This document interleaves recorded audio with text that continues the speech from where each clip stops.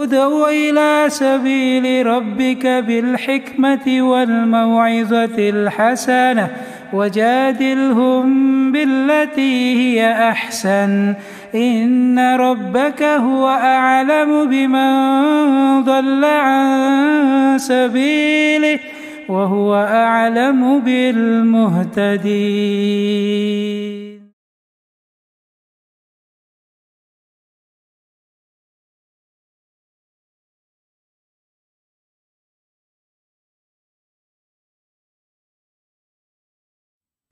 Jadi perbuatan ihsan ini langsung di dunia.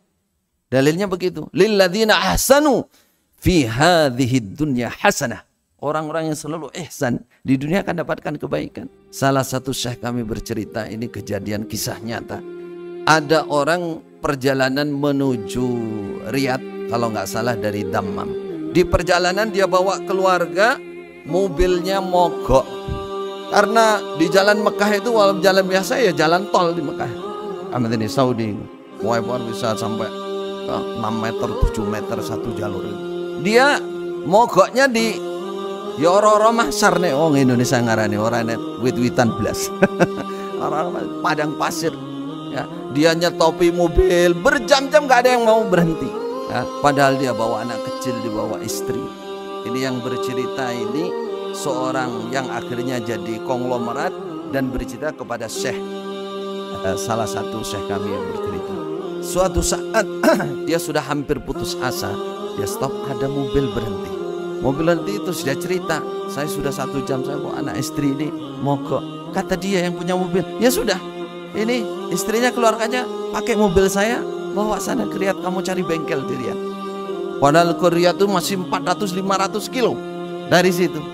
Kata yang cerita ini, loh orang ini saya kan belum kenal kamu. Ya nggak apa-apa, kalas maafin sudah bawa. Loh gimana kalau saya nanti lari bawa mobil kamu? Kata dia, udah mobil kamu kan di sini, saya yang nunggui. Dia nunggui mobil saya kamu bawa. Orang ini contoh ihsan, ikhlas yang lebih. Loh kamu nanti gimana? Ini kan 400 kilo balik ke sini, saya masih cari bengkel, bisa besok loh. Bisa besok itu, waktu itu masih dur, masih apa namanya? Nggak apa-apa, saya tunggu di sini. Saya tunggu sambil ngopi-ngopi, gahwa syar'i. Kalau misalnya ngopi-ngopi pinggir saya tak nunggu mobil kamu. Betul itu ceritanya, ditunggu.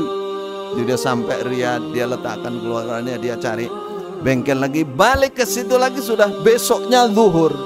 Berarti orang kepanasan dari malam, kena angin, ya di situ dia. Nah, suatu saat orang ini setelah ketemu, dia ibaratnya terima kasih, mau ngasih hadiah. Kata yang nolong, dia ini ya, jangan saya ini nolong Anda, saya nggak mau dikasih begini. Ya sudah, kalau nggak mau saya kenalan nomor teleponnya saja. Nah, sudah berapa bulan, kata yang cerita ini, kebetulan beliau ikut daurahnya syekh ini. Syekh ini bercerita tentang ihsan. Lalu dia langsung teringat dengan kejadian itu. Orang itu akhirnya karena dia nomor telepon, dia cari nomor teleponnya, dia telepon. Ternyata yang ngangkat istrinya, perempuan. Siapa Anda? Saya istrinya. Mana si fulan? Oh dia di penjara, ditangkap surtah, masukkan penjara. Masuk penjara.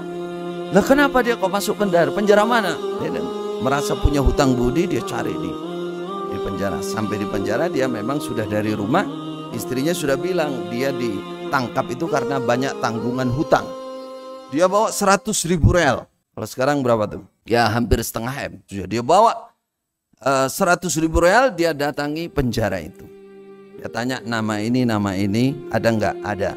Ini saya ninggal uang 100.000, tolong keluarkan dia dan jangan sebut nama saya. Jangan sebut nama saya. Oke. Saya penyaringan polisinya. Nah, akhirnya dia pulang. Tapi juga diminta identitas, nomor telepon, tapi nggak boleh diceritakan. Setelah orang ini dipanggil, yang di penjara ini dipanggil, dikeluarkan. Datanglah si fulan, kamu bersyukurlah kepada Allah, tenang, kamu keluar sekarang, kamu keluar tenang, was, alhamdulillah. Siapa fulan, siapa? Nggak mau disebut namanya. Pokoknya dia datang menjadi orang yang berihsan kepada kamu, dia nggak mau disebut. Dia ninggal uang ini 100.000 untuk bayar utang kamu, lalu kamu bisa keluar dari penjara ini. Kata si fulan ini, jazahullahu khairan.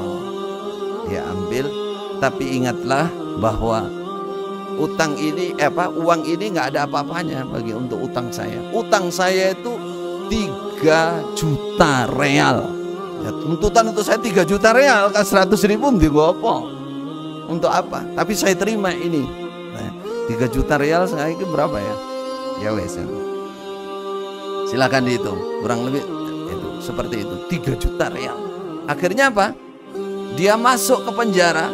Orang ini namanya orang kalau sudah biasa ihsan, ringan saja dia. Daripada ini nggak bisa nebus saya tak nebus teman-teman aja. Kumpulkan orang yang punya hutang 25.000 real, 10.000 sampai 7 orang. Dia bawa lagi, ini tolong ini keluarkan teman-teman saya ini uangnya. Teman-temannya keluar. Nggak lama sih yang tadi, orang pertama tadi telepon ke penjara lagi.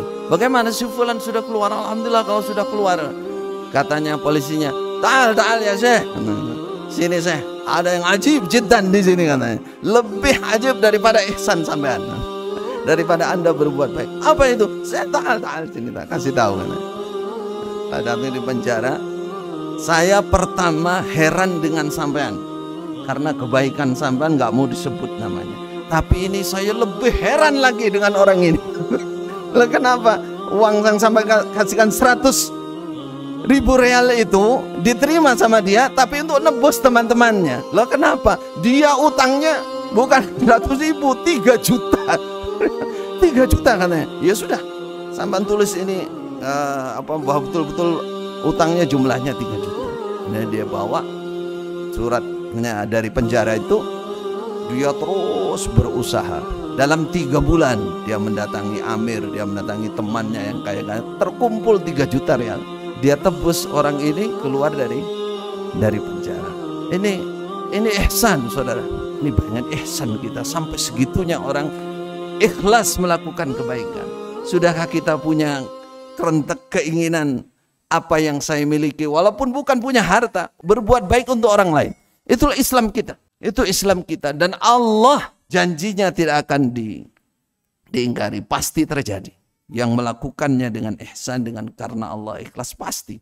Tapi jangan langsung berharap seperti itu. Kalau berharap justru tidak ihsan, tidak ikhlas. Wah, saya tak nolong orang biar ditolong. Hilangkan itu.